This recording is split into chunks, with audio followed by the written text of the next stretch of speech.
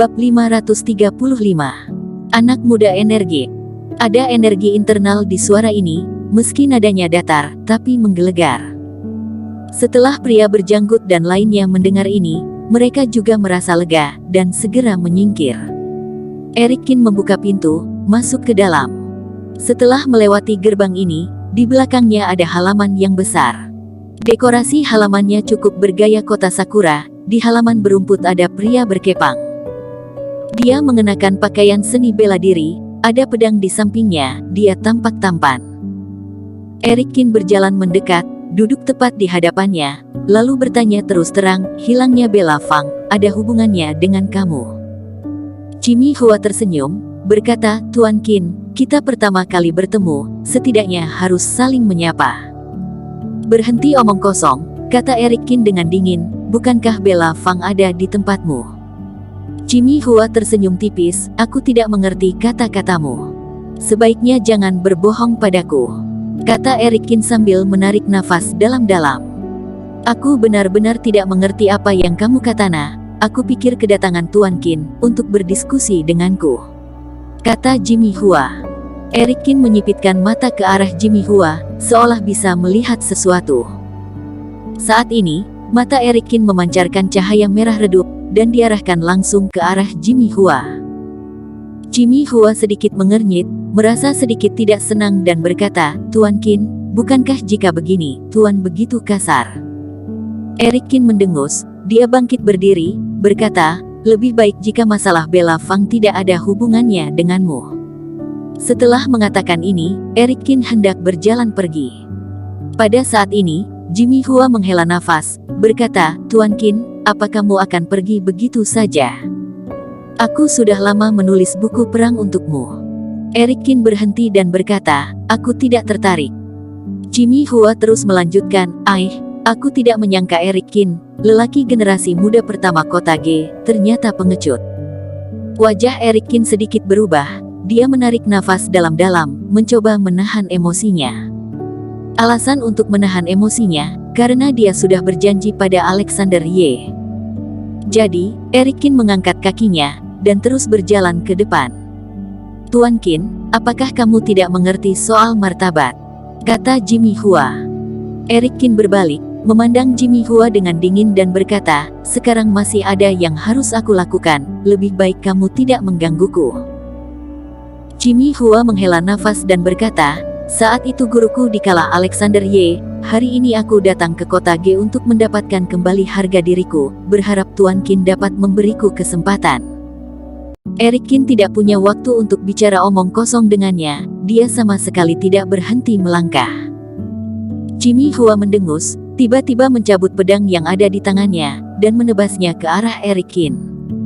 Tiba-tiba terdengar deruan nafas dari belakangnya. Wajah Erikin sedikit berubah. Dia memiringkan kepalanya, pedang ini melewati sisi wajah Erikin, dan mengenai gerbang besi. Erikin berbalik, dengan dingin menatap Jimmy Hua, berkata, apa kamu memaksa aku untuk melawanmu?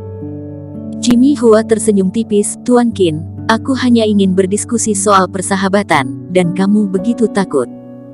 Erikin mendengus, aku tidak bersahabat denganmu, dan bagaimana bisa membicarakan soal itu? Dan juga, jika kamu benar-benar mau bertarung denganku, suruh jiwa di tubuhmu keluar dan bicara denganku, takutnya kamu tidak pantas mendapatkannya. Cibir Erikin. Mendengar ini, Jimmy Hua menjadi marah, dia meraih pedang panjang di tangannya, dan mengarahkannya ke arah Erikin. Erikin berbalik, terus menghindari serangannya. Pedang di tangan Jimmy Hua terus menari, dan terus menebas ke arah Erikin.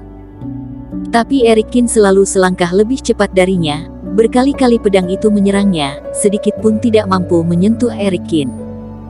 Setelah beberapa saat, Jimmy Hua terengah-engah, keringat mengucur deras. Kubilang, dengan kemampuanmu, kamu tidak pantas bertarung denganku, kata Erikin dengan dingin. Jimmy Hua menarik kembali pedangnya, matanya menyipit, aura di tubuhnya mulai berubah. Dalam waktu singkat, pupil matanya berubah menjadi semerah darah, auranya langsung berubah drastik, dan dalam sekejap auranya menguat dibanding sebelumnya. Erikin yang terkenal, sebutan itu memang bukan omong kosong. Suara Jimmy Hua terdengar lebih berat dari nada suaranya, seperti menghina. Eric Kin menyipitkan matanya, berkata, "Kamu adalah fase kesempurnaan 100 tahun yang lalu." "Benar." Jimmy Hua tersenyum tipis dan berkata, "Tidak tahu apa sekarang bisa meminta nasihat darimu." "Aku sudah bilang, aku tidak tertarik," kata Eric Kin dengan dingin. Jimmy Hua sedikit menghela nafas, berkata dengan lemah, "Selama bertahun-tahun, tampaknya orang-orang kota G belum ada kemajuan, masih saja pengecut seperti biasa. Saat itu, aku mendapat sebutan Thousand of People di kota G. Mata orang-orang kota G yang aku penggal, mata mereka penuh ketakutan dan tidak berdaya." Jimmy Hua tidak menyembunyikan tawanya. Mendengar ini, tiba-tiba ekspresi wajah Eric Kin berubah. Dia berbalik, mengertakkan gigi, berkata, "Dasar bajingan, kamu benar-benar ingin mati." Jimmy Hua tersenyum, "Aku hanya mengatakan yang sebenarnya." Eric Kin menarik nafas dalam-dalam, berkata, "Karena kamu ingin mati, aku akan memenuhi permintaanmu." "Jadi, kamu setuju?" Jimmy Hua terkejut. Eric Kin berkata dengan ekspresi dingin, "Jika aku tidak memenggal kepalamu, aku tidak pantas hidup." Jimmy Hua tertawa dan berkata, "Baiklah, 3 hari nanti, biar kamu putuskan waktu dan tempat." "Tidak perlu," kata Eric Kin dengan dingin. "Di tempat seni bela diri Beidou saja." Setelah mengatakan ini, Eric Kin berbalik dan pergi. Setelah berjalan keluar dari gerbang, Eric Kin semakin marah. Dia berbalik, memukul tempat seni bela diri Beidou. Dalam sekejap, gerbang tempat seni bela diri, emosinya dapat dalam sekejap menghancurkan tempat seni bela diri menjadi berkeping-keping. Orang-orang di dalam tempat seni bela diri itu tidak berani mengatakan apa-apa, jadi hanya bisa membiarkan Eric Kin pergi. Setelah meninggalkan tempat seni bela diri Beidou, Eric Kin mencari tempat untuk istirahat. Dia bingung, sebenarnya siapa yang menangkap Bella Fang. Sampai sekarang tidak ada kabar apapun. Apa tujuannya? Saat ini, tempat seni bela diri Beidou dengan cepat menyebarkan berita soal tantangan Eric Kin. Dalam sekejap, semua orang tahu jika Eric Kin menyetujui tantangan Jimmy Hua. Tidak lama setelah berita itu tersebar, Alexander Ye menelepon. Di telepon, dia berkata dengan suara rendah, "Kamu setuju dengan tantangan Jimmy Huang?" Eric Kin mengiyakan, dan berkata, "Kapten Ye, dia sangat tidak sopan. Jika aku tidak membunuhnya, aku tidak bisa menghilangkan rasa benci ini." Alexander Ye terdiam, lalu berkata, "Baik." Alexander Ye tidak banyak bicara, karena saat dia berhadapan dengan Saito, situasinya juga sama.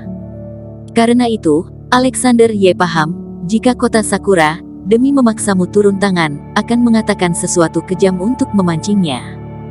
Anak muda yang berani itu juga termasuk hal yang bagus. Alexander Ye tertawa.